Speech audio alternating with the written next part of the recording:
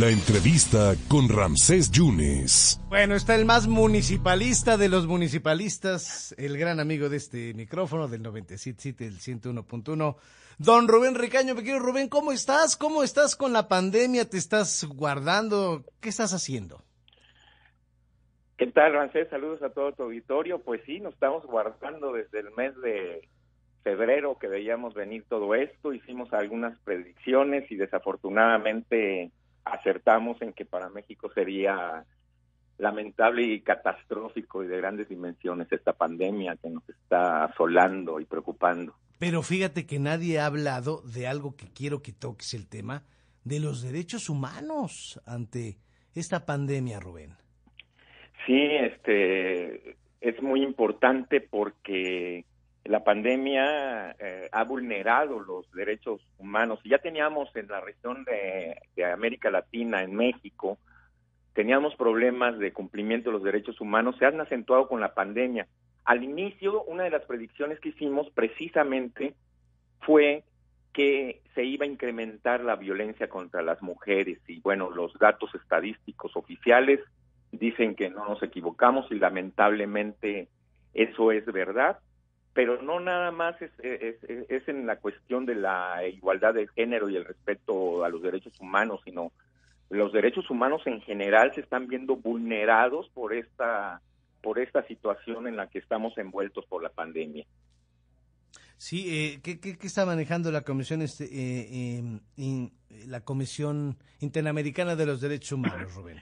Precisamente el 27 de julio, hace apenas 3 días, Ajá, emitió la resolución 4 del año 2020 sobre derechos humanos de las personas con COVID, sí, que fue adoptado ya. Derecho a las medicinas, ¿no? Sobre todo. Pues fíjate que es un documento muy amplio que tiene 12 directrices y cada una de esas directrices tiene puntos más específicos. Y sí, el derecho al acceso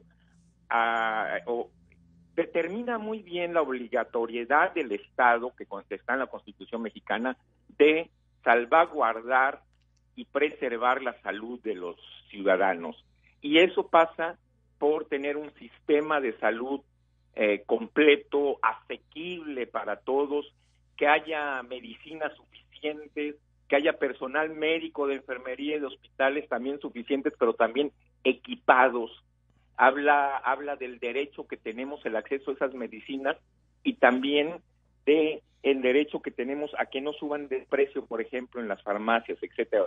Si tú analizas lo que está ocurriendo en la sociedad, es una violación sistemática de los derechos humanos derivados del COVID, ¿no? Por ejemplo, la estigmatización del personal de salud, el maltrato que sufre el personal de salud y la estigmatización también de pacientes de COVID. Pues sí, pero ahora ya no va a haber desabasto en México, ¿no? Ya lo anunció el presidente de México, ya puso, a mi manera de ver, porque creo que es uno de los funcionarios que más cumple en esta administración, que es David León, ¿no? Que es el coordinador de Protección Civil y ahora estará encargado de que los medicamentos lleguen en tiempo y forma, Rubén. Bueno, ese es un anuncio que hizo el presidente el día de hoy. Desafortunadamente el desabasto se debió a su forma errática de querer combatir la corrupción. La corrupción, en este caso de los abastos y de las compras de medicina que existía, no lo podemos negar, pero la corrupción no se acaba matando a las instituciones, a los organismos y a los sistemas. La corrupción se combate atacando a los corruptos que están de la parte privada y de la parte del gobierno. Entonces lo que ocurrió, y lo sentimos desde el principio de este sexenio, es que empezó a haber un desabasto de medicina porque desmantelaron los canales de abastecimiento y de compra, etcétera, de medicinas. Ahora tienen, en medio de una pandemia, tienen la urgente necesidad de construir un nuevo andamiaje para que las medicinas lleguen a tiempo. En la realidad esto no se va a lograr desafortunadamente pronto.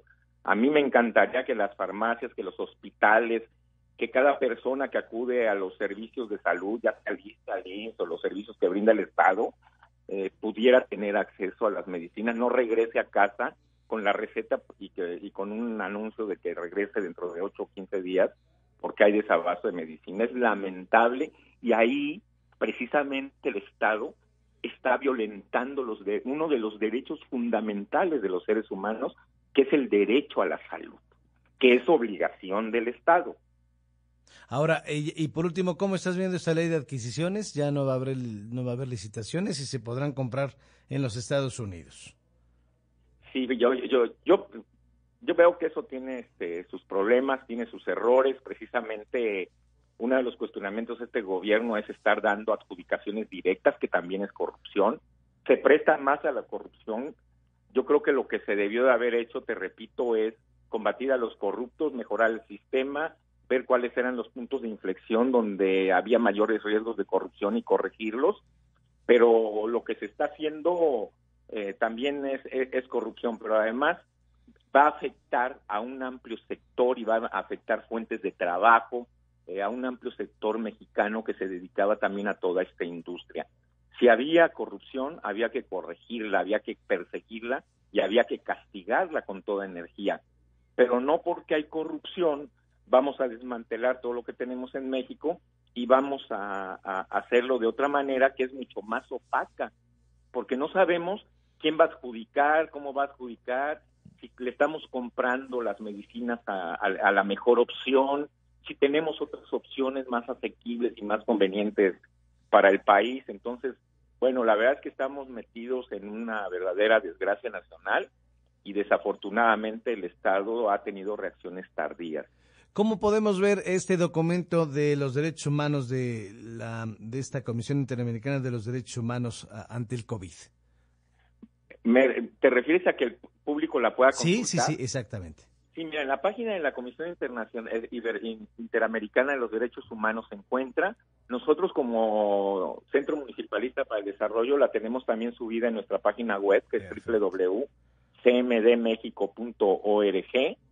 O bien, si el público nos conoce, puede hacer un contacto directo y nosotros con todo gusto se la enviaremos vía correo electrónico, vía WhatsApp, como gusten. Es un documento de 20 páginas, pero que bien vale la pena que todos los ciudadanos conocemos para hacer valer nuestros derechos, para hacer valer y además para colaborar en la lucha contra esta pandemia.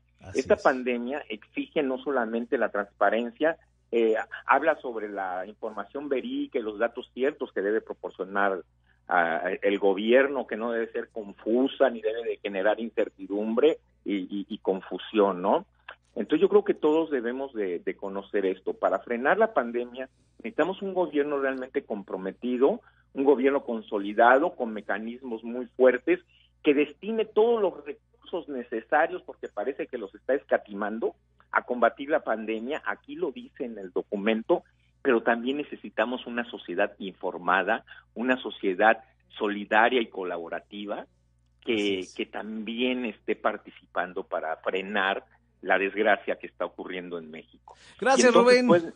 Entonces yo les recomiendo leer el documento, es de muy fácil comprensión, de muy sencilla lectura, es muy claro y le va a dar a cada ciudadano idea de lo que son sus derechos ante este COVID. Perfectamente. Bueno, usa tu cubrebocas y vas a salir, por favor, Rubén. Cuídate, ¿eh? Un abrazo, Ramsés, nos estamos cuidando todos. Así es, estaremos en comunicación si tú lo permites. Gracias. Hasta luego. Al gran municipalista, al maestro Rubén Rica.